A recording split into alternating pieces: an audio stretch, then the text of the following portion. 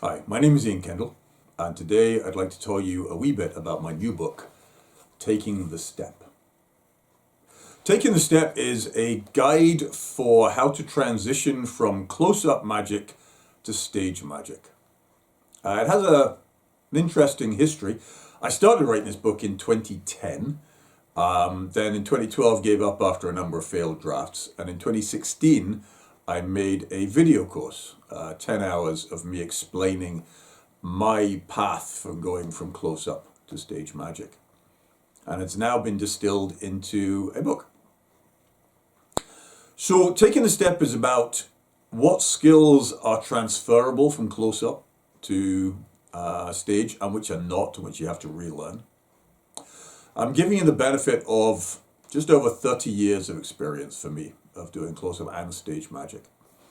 The book is, I think it's called Executive Stage. I printed it on fairly heavy paper. It is in color, although there aren't many pictures.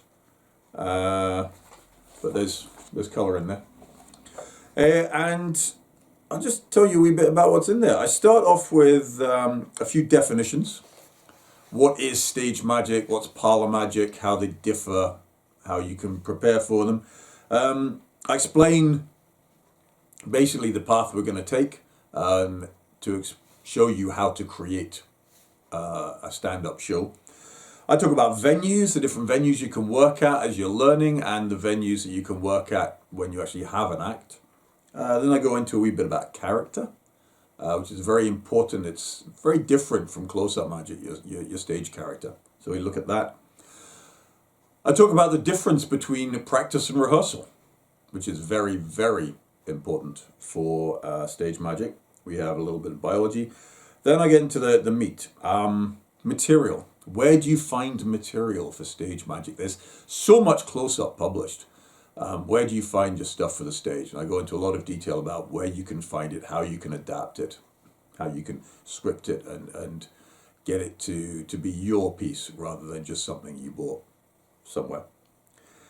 There's a big section on working with spectators on stage. This is a very important topic for stage magic. You need to be able to interact with and direct and control people who are up on stage with you. And 90% of the time you will have people on stage with you, unless you're an illusionist, in which case this book is not for you.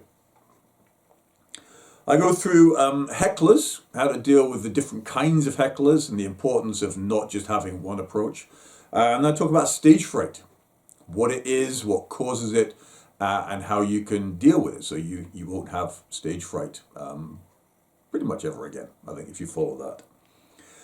There's a lot on voice training.